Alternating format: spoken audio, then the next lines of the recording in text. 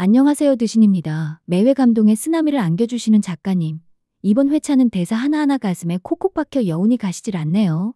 미지의 서울 11화에서는 돌발성 난청이라는 거대한 파도 앞에서 자신의 깊은 상처와 마주한 호수, 그리고 그런 호수의 곁을 지키려는 미지의 이야기가 펼쳐집니다. 이들의 이야기는 사랑이 무엇인지, 그리고 함께 걷는다는 것에 진정한 의미를 묻습니다.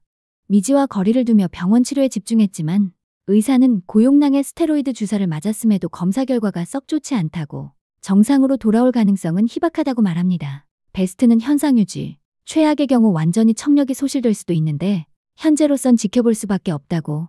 안 그래도 분홍 엄마에게 자신이 짐이라고 생각해왔던 호수는 미지에게도 그런 존재가 될까봐 청력에 대해 말할지, 미지와 계속 만날지도 고민하고 있었습니다.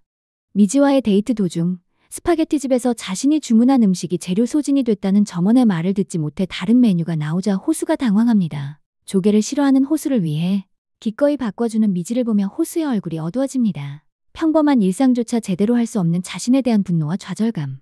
어린 시절 교통사고 후 늘 병원 신세를 지고 정상적인 생활마저 쉽지 않았던 자신의 어린 시절을 떠올리는 호수. 어른아이, 호수의 마음속에 자라지 못한 어린아이를 보여준 것 같습니다. 상처를 건드리면 불쑥불쑥 튀어나오는. 호수는 결심한 듯 내뱉습니다. 미지야, 우리 이제 그만 만나자. 그 말에 미지는 너무 당황합니다. 호수는 우린 너무 다른 것 같다고, 맞추는데도 한계가 있지 않냐, 마음에도 없는 말을 뱉습니다. 나 의심하지 말라며 내가 귀에 박히게 말해놓고 지금 그 말이 먹혀? 말해, 무슨 일인데? 너 갑자기 이럴 애 아니잖아. 나 이쪽 귀에도 문제 생겼어. 돌발성 난청이 왔다는데 앞으로 더 좋아질지 나빠질지 아직 몰라. 나아져도 전처럼 못 들을 거고 운 나쁘면 아예 못 들을 수도 있어. 여태까지 나한테 맞춰줬는데 여기서 더 맞추는 걸 원하지 않는다 선 긋습니다. 미지야, 넌 알잖아. 내가 어떤 마음인지 겪어봐서 알잖아. 미지는 과거 자신이 발목을 다치고 사람들 밀어내던 모습과 지금의 호수를 겹쳐봅니다. 자신이 들었던 말을 자기가 하고 있는 미지, 호수의 말이 무슨 뜻인지 너무 잘 알아서 그를 더 붙잡을 수 없었습니다. 집에 돌아와 침대 걸터 앉은 미지는 그 자리에서 펑펑 울어버립니다. 귀가한 호수도 커튼치고 핸드폰도 끄고 미지가 그려준 손바닥 낙서만 바라보며 닭똥 같은 눈물만 뚝뚝 흘립니다. 소라게처럼 동굴에 숨어버린 호수. 약 먹으려다가 테이블 위에 있던 반지 상자를 열어봅니다. 아빠가 말한 게 정확히 이런 순간이었을까? 호수야, 언젠간 너도 누군가를 괴롭게 할 거야. 옆에 있는 사람을 지게 만드는 순간이 너한테도 분명히 올 거야. 그렇지만 호수야, 사랑이라는 건 이기고 지는 게 아니라. 아빠는 그 뒤에 무슨 말을 하려고 했을까?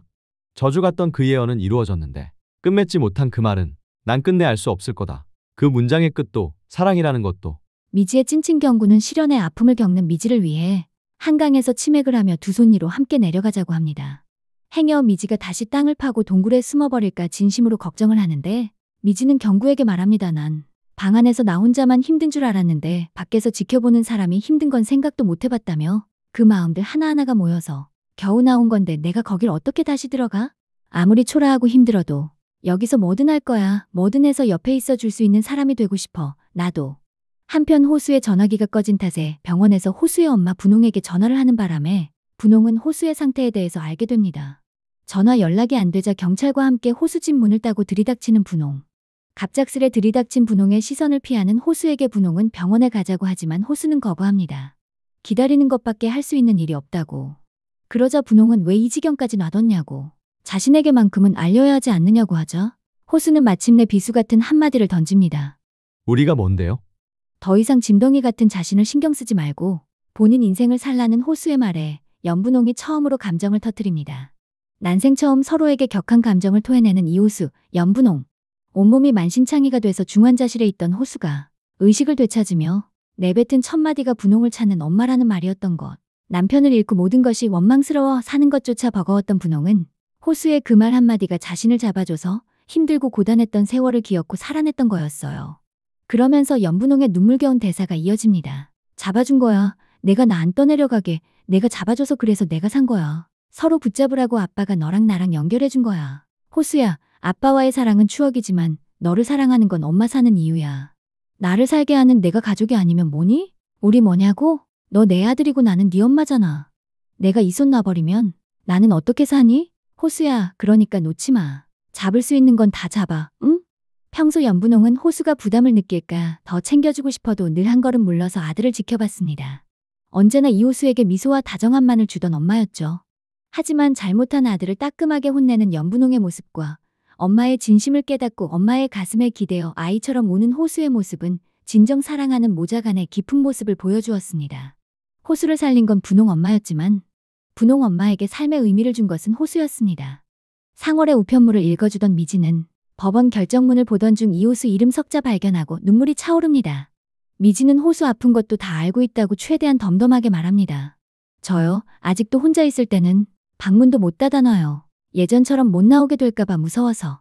그 난리를 쳤으면 나아졌어야 하는데 그걸 못해서 내가 너무 한심하고 멍청한 게 들킬까봐 나아진 척 한 거라고 고백합니다. 자기도 이런데 호수한테 뭘 해줄 수 있겠냐고 슬퍼하죠. 상월은 꼭 뭘 해줘야지만 옆에 있을 수 있는 거야? 그냥 옆에서 너 할 수 있는 거 하면 안 돼? 미지, 너 잘하는 거 두드리는 거. 나 여기 있다. 문 열면 바로 여기 있다. 계속 두드리면서 알려주면 되잖아. 너 전에 그랬지? 내 손 꽉 잡고 아직 모르는 거라고. 똑같이 답은 몰라도 내 옆에 있어줬잖아. 그 말을 듣고 집으로 돌아온 미지는 상월의 말에 힘을 얻어 조심스레 문을 닫습니다. 끝까지 손을 놓지 않고 문 앞에서 자신을 기다려준 가족을 떠올리며 과거의 자신에게 이렇게 말합니다.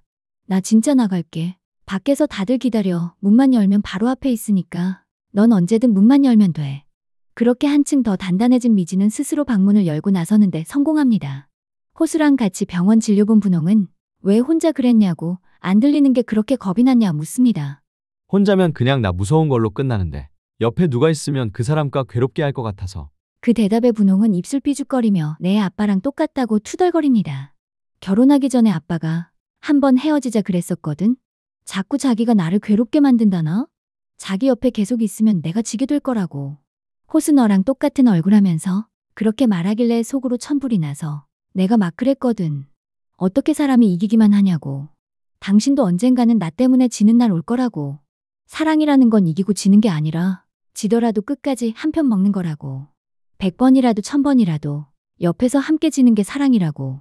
분홍 엄마가 아빠에게 해준 말이었습니다. 아빠가 끝내 맺지 못한 문장의 끝도 사랑도 알 수 없을 거라고 생각했던 호수는 아빠의 저주 같은 예언이 이루어졌다고 생각했는데 드디어 아빠가 무슨 말을 하고 싶었는지 알게 된 호수. 사랑이란 괴로운 일이라도 질게 뻔한 일이라도 함께 그 일을 견뎌나가는 거라는 아빠의 마지막 말을 듣게 되면서 호수가 미지와의 사랑에 대한 생각을 조금씩 고쳐나가던 그 시간.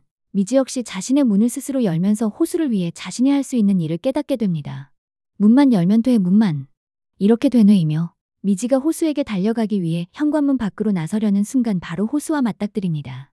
그는 미지를 끌어안고 울면서 고백합니다. 미지야, 미안해. 내가 바보 같았어. 너한테 그랬으면 안 되는데 내 옆에 있어줘. 미지야, 같이 있어줘. 말없이 고개를 끄덕이는 미지.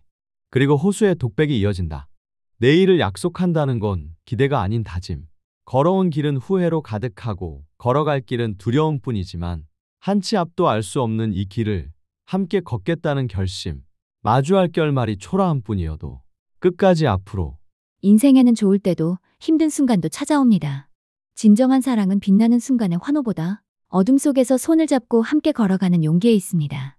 걸어온 길은 후회로 가득하고 걸어갈 길은 두려움뿐일지라도 한 치 앞도 모르는 이 길을 함께 걸어가겠다는 약속. 앞으로 이 길이 초라할지라도 끝까지 함께하겠다는 다짐. 미지의 서울 11화는 상처받은 이들이 서로의 곁을 지키며 함께 성장하는 과정을 따뜻하게 그려냅니다. 사랑은 완벽한 상대방을 찾아 헤매는 것이 아니라 서로의 부족함을 있는 그대로 받아들이고 어떤 어려움 속에서도 기꺼이 함께 져주는 것임을 보여줍니다.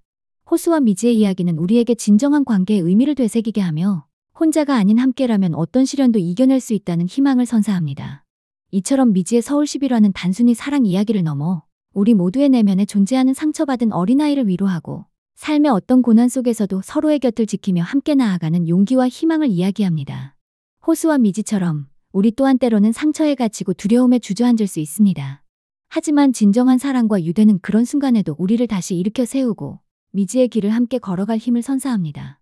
오늘 드신 채널에서 준비한 미지의 서울 11화 이야기가 여러분의 마음에 깊은 울림을 주었다면 구독과 좋아요 그리고 알림 설정까지 꼭 부탁드립니다. 앞으로도 더 많은 감동적인 이야기들을 여러분과 함께 나누고 싶습니다. 다음 이야기에서 또 만나요.